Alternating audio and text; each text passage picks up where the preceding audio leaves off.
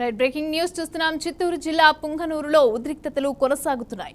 ఎన్నికల పోలింగ్ సమయం దగ్గర పడే కొద్దీ ప్రత్యర్థి పార్టీలపైన దాడులు పెరుగుతున్నాయి. వైసీపీ మంత్రి పెద్దిరెడ్డి అలాగే బీసీవై పార్టీ రామచంద్ర యాదవ్ మధ్య వార్ నడుస్తోంది. బీసీవై పార్టీ అధినేత రామచంద్ర యాదవ్ కాన్వాయ్ పైన రాళ్ల దాడి చేశారు. ఇక పెద్దిరెడ్డి సొంత గ్రామం అలాగే సధుం మండలం ఎర్రతివారిపల్లిలో ఈ ఘటన అయితే జరిగింది. ఇక నిన్న రాత్రి నుంచి పుంగనూరులో టెన్షన్ వాతావరణం నెలకొంది. గొడవలు జరిగిన ప్రాంతాల్లో ఇవాళ డీఐజీ పర్యటించనున్నారు. ఇక నియోజకవర్గం మొత్తం కూడా పోలీసులు భారీగా మోహరించారు.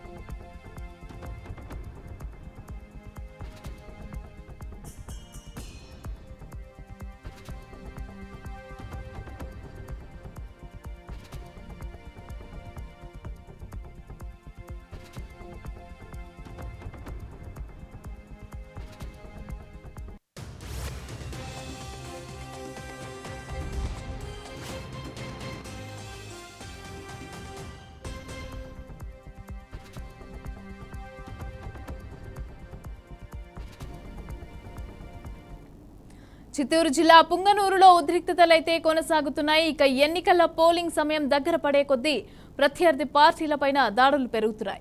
వైసీపీ మంత్రి పెద్దిరెడ్డి అలాగే బీసీవై పార్టీ రామచంద్ర యాదవ్ మధ్య అయితే వార్ నడుస్తోంది. రైట్, ఇక ఇదే అంశానికి సంబంధించి పూర్తి డీటెయిల్స్ మా ప్రతినిధి గోపి అందిస్తారు. గోపి, మమత, మొత్తం మీద నిన్న సాయంత్రం నుంచి పుంగనూరులో చెలరైనటువంటి అల్లర్లు ఇంకా కూడా కొనసాగుతూ ఉన్నాయి.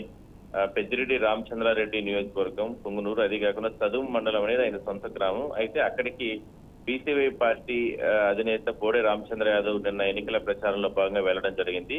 అయితే అదే సందర్భంలో ఈ గ్రామాల్లోకి రావద్దంటూ కూడా వైసీపీకి సంబంధించిన నాయకులు, కార్యకర్తలు పెద్ద ఎత్తున రోడ్లపైకి వచ్చి ఆయన్ని అడ్డుకోవడం జరిగింది. అదే సమయంలోనే కొంతమంది దుండగులు పోడే రామచంద్ర యాదవ్ సంబంధించినటువంటి వాహనంలో ఏదైతే కాన్వాయ్ ఉంటుందో దాంట్లో దాదాపుగా ఒక 10-15 వాహనాలని రాళ్లు, కట్లతో, రాళ్లతో అత్యంత దారుణంగా కొడుతూ మొత్తం కూడా ధ్వంసం చేయడం జరిగింది.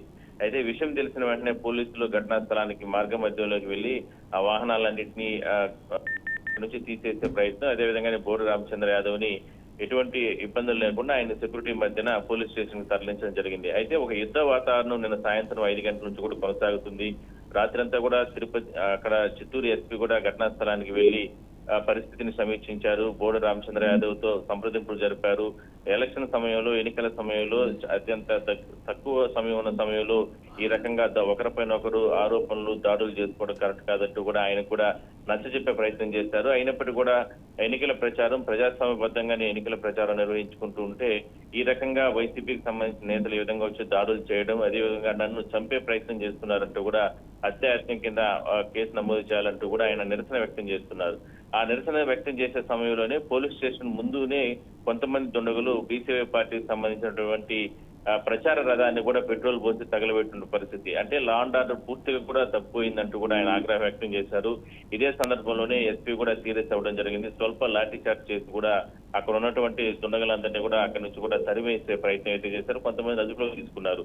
పరిస్థితి అంతా కూడా సమీక్షిస్తున్నటువంటి ఎన్నికల అధికారులు కావచ్చు, లేదంటే పోలీసు ఉన్నతాధికారులు చాలా కఠిన చర్యలు తీసుకునే దిశగా ముందుకెళ్తున్నారు. ఇవాళ డీఐజీ అమ్మిరెడ్డి కూడా మరి కాసేపట్లో పుంగనూరుకి చేరుకోబోతున్నారు. పుంగనూరులో జరిగినటువంటి అల్లర్లు, జరుగుతున్న పరిస్థితులు, వీటన్నిటిని కూడా ఒక అంచనా వేసుకుని రాబోయే రోజుల్లో ఎటువంటి చర్యలు తీసుకోవాలనే ముందుకెళ్లే అవకాశం అయితే ఉంటుంది. అయితే డీఐజీ వస్తున్నటువంటి తరుణంలో పోలీసులు మరింత కట్టుదిట్టమైన చర్యలు తీసుకోవడం జరిగింది.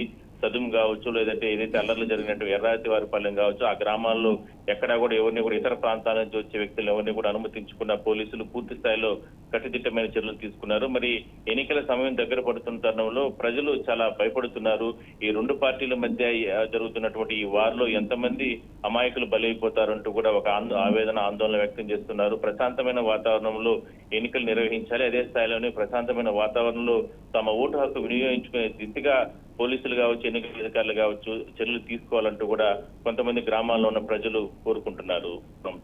రైట్, అయితే ఈ పార్టీలకు సంబంధించిన వాళ్ళ నేతలు కానీ, కార్యకర్తలు కానీ దీనికి సంబంధించి ఎవరైనా స్పందించడం జరిగిందా? అంటే పార్టీకి సంబంధించి, వైసీపీకి సంబంధించినటువంటి పెద్దిరెడ్డి రామచంద్రారెడ్డి గారి ఇలాకా కాబట్టి అది అక్కడ పార్టీ ఎవరు కూడా స్పందించలేదు. కానీ ప్రత్యేక పార్టీ అంటే అద్దెలు తిన్న పార్టీకి సంబంధించి ధ్వంసమైనటువంటి వాహనాలను ధ్వంసమయ్యి ఇబ్బందులు పడుతున్నటువంటి బీసీవై పార్టీ అధినేత బోడి రామచంద్రరావు మాత్రం దీనిపైన స్పందించడం జరిగింది. కేవలం కుట్రపూరితంగా తనని హత్య చేసేందుకు, అంతం చేసేందుకు ఈ రకంగా వైసీపీ నేతలు, వైసీపీ గూండాలు తమపైన దాడులు చేశారే తప్ప ఎక్కడ కూడా సామాన్య ప్రజలు కాదంటూ కూడా ఆయన ఆగ్రహం వ్యక్తం చేశారు. అయితే అబద్ధంగా నేను ఒక పార్టీ పెట్టాను, ఆ పార్టీ ప్రకారం నేను ఎన్నికల బరిలో దిగాను, పుంగనూరులో పెద్దిరెడ్డి గారిని ఓడిస్తాను, మరి ఇక్కడ నేను ఎన్నికల ప్రచారం చేసుకుంటూ ఉంటే ఓడిపోతాడు కాబట్టి పెద్దిరెడ్డి ఈ రకంగా తన పైన దాడులు చేసే ప్రయత్నం చేశారు. వందలాది మంది కార్యకర్తల్ని, నాయకుల్ని, వాళ్ళ మధ్యలో ఉన్నటువంటి దుండగుల్ని కొంతమందిని పంపించి తన కాన్వా పైన దాడి చేసి తనను హత్య చేసేందుకు, అంతం చేసేందుకు ఈ రకంగా మార్గ మధ్యలో కారులో కాపు కాచి ఈ రకంగా చేశారంటూ కూడా పెద్దిరెడ్డి కుటుంబం పైన ఆయన తీవ్ర వ్యాఖ్యలు చేయడం జరిగింది. అయితే ఇవన్నీ కూడా పరిశీలిస్తున్నటువంటి ఎన్నికల అధికారులు కావచ్చు, ఎందుకంటే ఎలక్షన్ కోడ్ కొనసాగుతున్న తరుణంలో ఇలాంటి అల్లర్లు చిత్తూరులో అంటే ఈ ప్రాంతాల్లో జరగకూడదు అంటూ ఎన్నికల అధికారులు చాలా సీరియస్ గా ఉన్నారు. అందువల్లనే నిన్న సాయంత్రం నుంచి జరుగుతున్న పరిణామాలన్నింటినీ కూడా ఒకవైపు కలెక్టర్ కావచ్చు, ఎస్పీ కావచ్చు పూర్తి స్థాయిలో పరిశీలిస్తున్నారు. ఈ విషయాన్ని ఉన్నతాధికారులు కూడా చెప్పడం జరిగింది. అందువల్ల డిఐజీ కూడా మరి కాసేపట్లో చదువు మండలం ఎర్రావతి వారు చేరుకుని ఇక్కడ జరుగుతున్నటువంటి పరిస్థితులన్నింటినీ కూడా ఒక అంచనా వేసుకున్న తర్వాత పూర్తి స్థాయిలో ప్రజలకి స్వేచ్ఛగా ఓటు వేసేందుకు కూడా చర్యలు తీసుకునేందుకు కూడా ముందుకెళ్లే అవకాశం అయితే ఉంటుంది మమత. రైట్, అలాగే దీనికి సంబంధించి ఈ ఘటనకు సంబంధించి ఈ పార్టీకి, బీసీవై పార్టీకి అయితే ఏమైనా సింపతి క్రియేట్ అయ్యే ఛాన్సెస్ ఉందంటారా? ప్రజలకు సంబంధించి చూసుకుంటే ప్రజల తరపున ఇక్కడ ఏమంటే గతంలో ఎన్నో రోజుల నుంచి కూడా అంటే ఇది పుంగనూరు నియోజకవర్గం అంటేనే పెద్దిరెడ్డి సొంత నియోజకవర్గం, సొంత గ్రామాలు. ఈ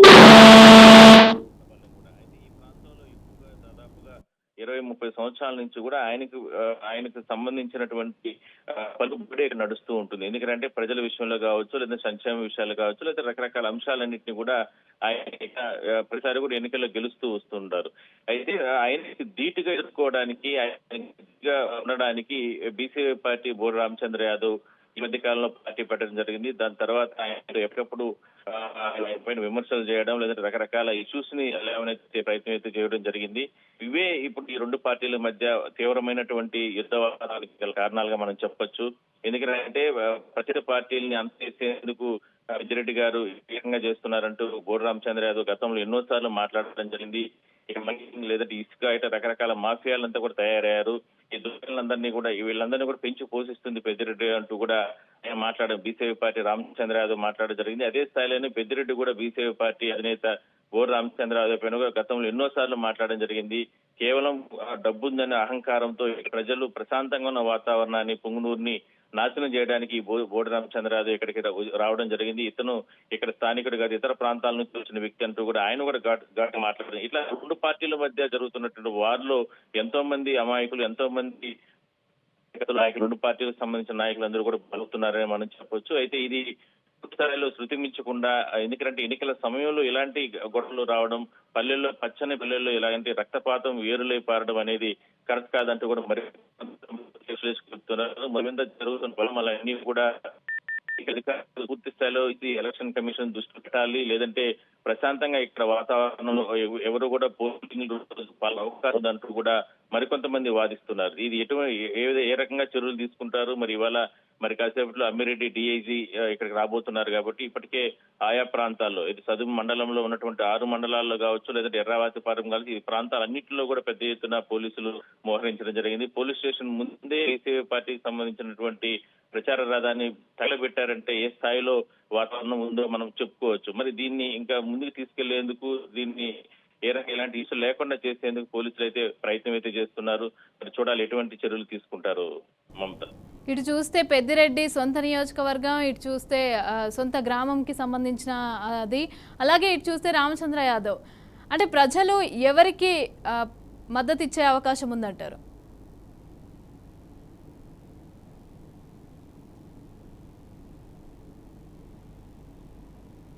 రైట్, థ్యాంక్ యూ గోపినాథ్. మేము ఎంతో ప్రశాంతంగా ప్రచారం చేసుకుంటూ గ్రామాల్లో పర్యటన చేస్తుంటే గ్రామాల్లో ప్రజలు మాకు వస్తున్న ఆదరణని, ప్రజల నుండి వస్తున్న ఆదరణను చూసి తట్టుకోలేక ఈరోజు సాయంత్రం సుమారు 5 గంటల ప్రాంతంలో రోడ్డు మీద మా వాహనాలు, మా పార్టీ కార్యకర్తలు, నాయకులు, అభిమానులతో కలిసి వెళ్తుంటే ముందే ప్లాన్ చేసుకొని అక్కడ రాళ్ళు ఏర్పాటు చేసుకొని, రాళ్ళు, ఇతర మారణాయుధాలు మా వాళ్ళకి చాలామంది ఇంకా పిస్తల్స్ కూడా చూయించారట. సుమారు వందలాది మంది పెద్దిరెడ్డి రామచంద్రారెడ్డి గారు, అతని తమ్ముడు ద్వారకనాథ్ రెడ్డి గారు, అదేవిధంగా వాళ్ళ కుమారుడు ఎంపీ మిథున్ రెడ్డి గారు, ఈ ముగ్గురు ప్రోద్బలంతో వాళ్ళ కుటుంబ సభ్యులు, పెద్దిరెడ్డి రామచంద్రారెడ్డి గారి మరదలు ఎవరైతే ఉన్నారో పెద్దిరెడ్డి ఇందిరమ్మ గారు, అదేవిధంగా వేణుగోపాల్ రెడ్డి అనే వ్యక్తి, ఇంకా వాళ్ళ కుటుంబ సభ్యులు చాలామందితో పాటు ఆ పార్టీకి సంబంధించిన గూండాలు, కార్యకర్తలు చాలామంది వందలాదిగా వచ్చి మా వాహనాల మీద, మా కార్యకర్తల మీద, మా నాయకుల మీద విచ్చలవిడిగా నేరుగా దాడి చేసే ప్రయత్నం చేస్తూ వాళ్ళ అంతిమ లక్ష్యము నన్ను అంతం చేయాలి, నన్ను హత్య చేయాలి అనే ఒక పకడ్బందీ ప్లాన్ ప్రకారము వచ్చి ఈరోజు ఈ సాహసానికి ఒడిగట్టారు.